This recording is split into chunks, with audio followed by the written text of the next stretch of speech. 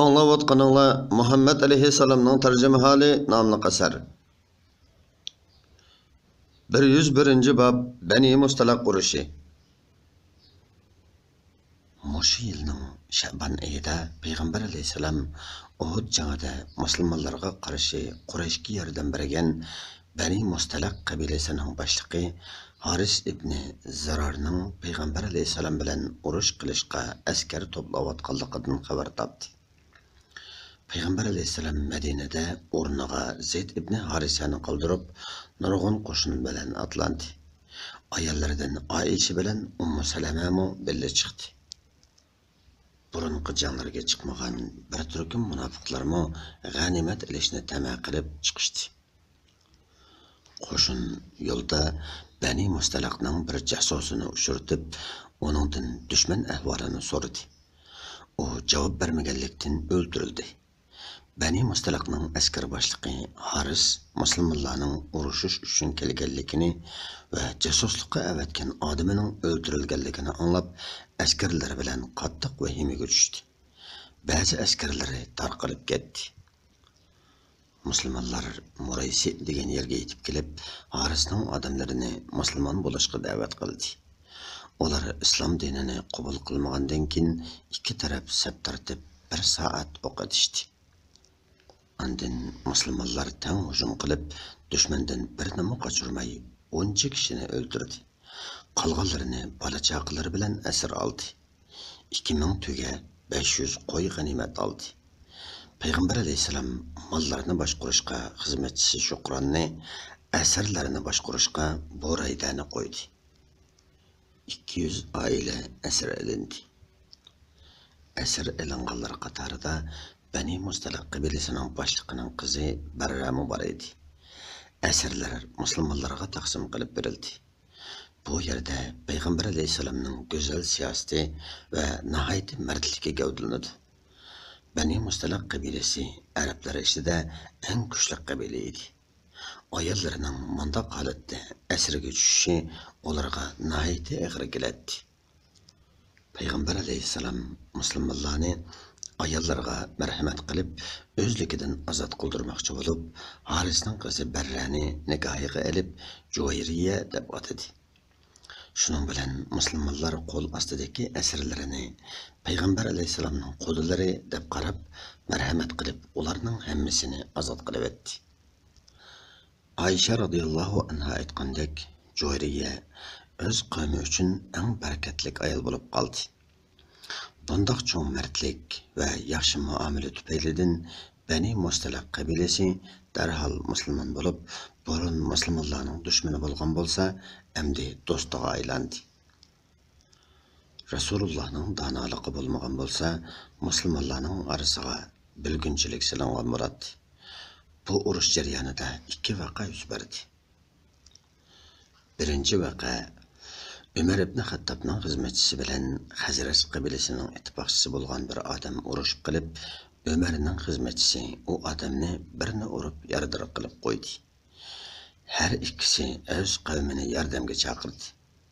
Har ikki taraf o'z odamining tarafini olib, jidallashganda turdi. Rasululloh chiqmagan bo'lsa, qattiq urushib qolgani oz qilishgan edi. Peyğəmbər aleyhisselam ularga Cahiliyet zamanidagi tarabbozlikni yana qilamsizlar. Bundaq eski ishni tashlanglar, dedi. Andin urg'uchidan urilg'uchining qisosini olib berdi. Shuning bilan jidal besiqdi. Abdullah ibn Ubay bu voqeani anglab, xafa bo'lib, bir to'p Xazrajlik kishilarning oldida "Bugünkidek xo'rliqni ko'rmagan edim. Biz ularni yurtimizga tushirdik. Öylerimizga urulaştırdık. Endi ular bizni uramdı eken. Vapağı capa degen şu da. Ezbirayı Xuda, Medine'ye qaytqanda ularını çokum qoğlap çıkarımız, dedi. Andin yenidekilerge, bu xorluqның hemmisiga öz ona sebep buldunlar. Ularını yurtanlağı çürdünlar.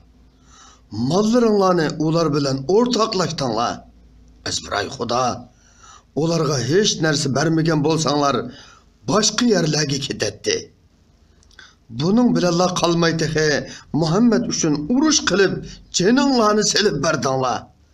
Balalarınlarını yetim kıldınlar. Şunun bilen azıyıp kettinlar. Onlarının sanı köpeydi. Bunun keyin ularga yardım kılmanlar. Kembag'allashib Muhammadni tashlab ketishsin dedi. Bu yerde Zeyd ibn Arqam ismli imoni kuchli bir yigit bor edi. U Payg'ambar alayhisolamning yoniga berib İbn Ubayning so'zlarini yetkazdi. Buni anglab Payg'ambar alayhisolamning rangi o'ngdi. Uningga: "Hey yigit, balkim sening uningga ochiqing bordi. Shunga shundoq so'zlarni qiladigansan" dedi. Zeyd: "Ey Rasulullah, Allah bilen qasamki, onun sözlerini quluqim bilen anladım" dedi. Peygamber aleyhisselam: "Hata anlap qalgan bo'lishing mumkin" dedi. Ömer Peygamber aleyhisselamdan İbn Ubayni özünün öldürüşüge ruhsat qilishini yoki birovni buyurup öldürgüzüşünü so'radi. Peygamber aleyhisselam: "Ey Ömer, kishilar Muhammed sahabalarini öldürdi dese yaxshimi?"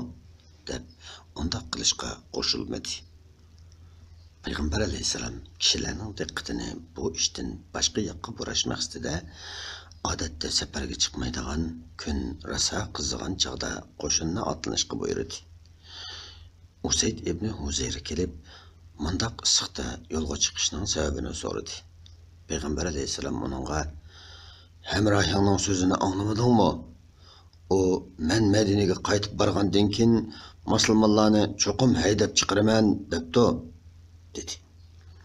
Usayd: "Ey Rasulullah, xohlasang sen uni Madinadan haydab chiqarasan.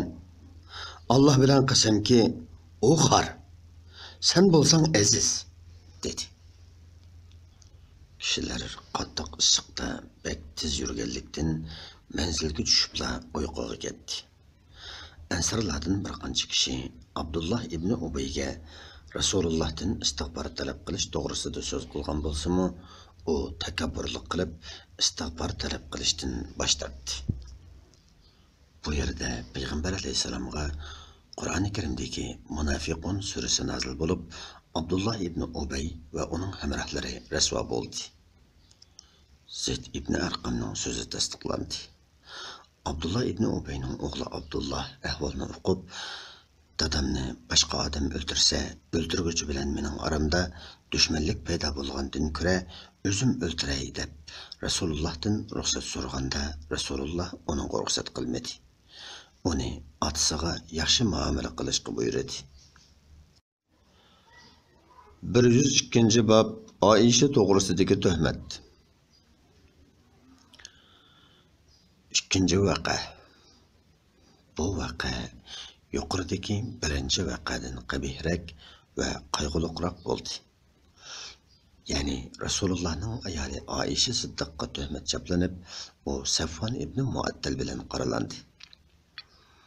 Vaqaning o'tmishi mundaq edi. Musulmonlar Bani Mustalaq urushidan qaytganda Madinaga yaqin bir qo'nalg'uga tushdi. Payg'ambar alayhisalom kechasi qo'shinni otlanishga buyurdi. Hazrati Oysha hojat uchun qo'shindan chetrak joyga ketdi. Qo'shinga qaytib kelib, bo'ynidagi monchoqdan tushib qolganligini biladi. Shuning bilan uni izlashga ketdi. Hazrati Oyshaning kajosini ko'taradigan kishilar Oyshani kajodi bor deb o'ylab, kajoni tuguning ustiga qo'ydi-da, yurib ketdi. Kajoning yenikligidan Oyshaning yo'qligi ularning xiyoliga kelmaydi. Chunki bu chog'larda ayollar bek uruq va yenik edi. Uning ustiga Oysha kichik bir qiz edi. Ular yurib ketgandan keyin Oysha monchoqni izlab tepib, qo'shin bir joyga qaytib kelsa, hech odam ko'rinmaydi. Shuning bilan ular meni izlab keladi-ku deb o'ylab o'ltirib, ko'zi uyquga ketib qoladi. Qo'shinning orqasidan yetgan narsalarni izlab kelayotgan Safvan ibn Muattal ismli sahoba bu yerga kelib qoladi. O Oyshani yo'ginishdan ilgari ko'rib yurgachga uni darhol tunib, "Inna lillahi va inna ilayhi rojiun. Biz Allohning ilkidimiz, yana Allohning dargohiga qaytib boramiz deb tovlaydi. Oyisha uyg'onib yuzini yopadi. Safvon bilan ikkisi hech so'z qilishmaydi. Safvon tugasini cho'ktirdi. Oyisha minadi. Safvon Oyishaning tugasini yetilab, qo'shinning orqasidan yetib kelganda musulmonlar manzilga tushib, tushlik dam olib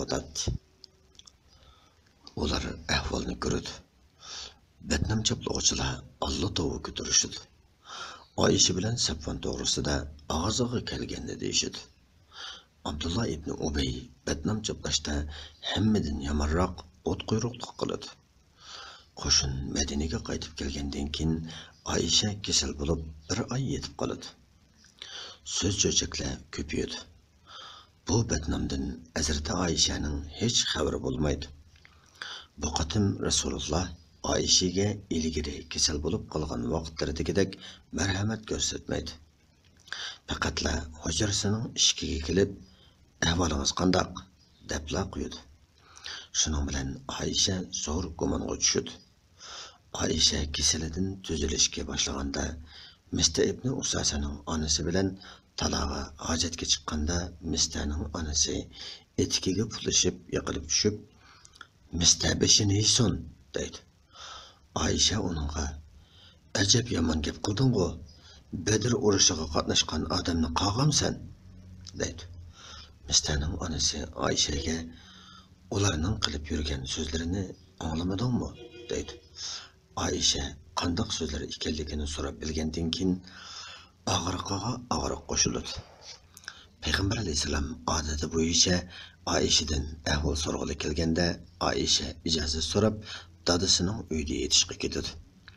Oyisha onasidan kishilarning gap so'zlari to'g'riliq so'raydi. Onasi uningga, "Qizim, o'zingni uxlatma. Eri amroq, chiroyli ayolning kundashlari bo'ladi. Uning to'g'risida har qismi gaplarni qiladi" deydi. Oyisha, "Subhanalloh, haq shundoq gaplarni qilishibdimi?" deb kechicha uxlamay yig'lab chiqadi. Rasululloh bu asnoda oilasidagi cho'nglardan bu haqda fikr elib ko'rdi. Usama ibn Zayd Oyishaning begunohligini bilganlikdan biz Oyishanimi, Safvonnimi yaxshi deb qaraymiz deydi. Ali ibn Abi Talib Alloh seni xotindan qisqini yo'q. Oyishadan boshqa xotinlarmi chiqqu deydi. Va Oyishaning xizmatchisidan Oyisha to'g'riliq so'rab baqishni qistirib qo'ydi. Payg'ambar alayhisalom Oyishaning xizmatchisi Barirani chaqirib, "Oyishada gumonliq ishni sezdingmi?" deb so'raydi. Barira, "Allohga qasamki, Oyishadan biror gumonliq ishni sezganim yo'q. Oyisha xamir yug'urib o'tib uxlab qoladigan, uy hayvonlari kelib xamirni yavolsa-mu to'ymaydigan kishi qiz" deydi. Payg'ambar alayhisalom shu kuni musulmonlarni yig'ib minbarga chiqib, "Ey jamoat, ahliyam to'g'riliq meni ranjitgan odam bor. Xohi ahliyam Oyisha bo'lsin, xohi uning bilan tuhmat qilingan Safvon bo'lsin, bularda yaxshilikdan boshqa bir narsani sezganim yo'q. Meni ranjitgan kishilar haqida nima deysizlar? Bu to'g'rida meni kim ma'zur tutadi?" degan mazmunda so'z qildi. Said ibn Muaz, "Ey Rasululloh, seni men ma'zur tutaman. Agar u odam avishlik bo'lsa, uning kallasini olaman. Agar u qarindoshlarimiz Xazrajliklardan bo'lsa, uni nima qildisang shundoq qilamiz" dedi. Xazraj qabilasidan Sa'd ibn Ubada qopib, Sa'd ibn Muazga, "Yolg'on aytding, azbiroy Xudo. Uni sen o'ltirolmaysan.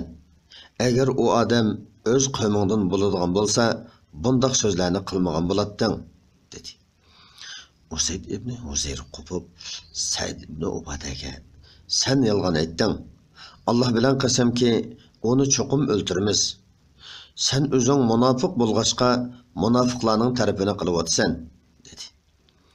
Payg'ambar alayhisalom minbardan tushib, ularga hay berib ishni besiq turmagan bo'lsa, Avs qabilasi bilan Xazraj qabilasi orasida mojaro chiqib qoladi.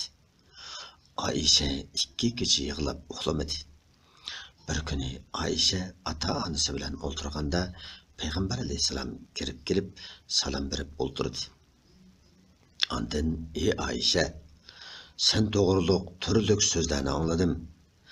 Agar sen bu ishdan pok bo'lgan bo'lsang, Alloh seni aqlaydi. Agar gumonliq bo'lsang, tövbe qilgin. İnsan gunohini iqror qilib tövbe qilsa, Alloh uning tövbesini qabul qiladi, dedi. Ayşe bunu anlab ho'ngrab yig'lab ketdi va ota-onasining javob berishini so'radi. Ota-onasi Payg'ambar alayhisalomga nima deyishimizni bilmaymiz, dedi. Ayşe, bu so'zlarga sizlar shu qadar ishongansizlarki, agar men pok desam, so'zimga ishonmaysizlar. Alloh biladiki, men pok turib, tuhmatni ustimga olsam, chuqum ishonasizlar. Alloh bilan qasamki, o'zimga tasalli berish uchun Yaqub alayhisalomning men faqat chiroyliqcha sabr qilaman. Sizlarning mushu yolg'on so'zinglarni ko'tarishimga Alloh madadkordir degan so'zidan boshqa so'z topolmayman, deb o'rilib o'rnida yotdi.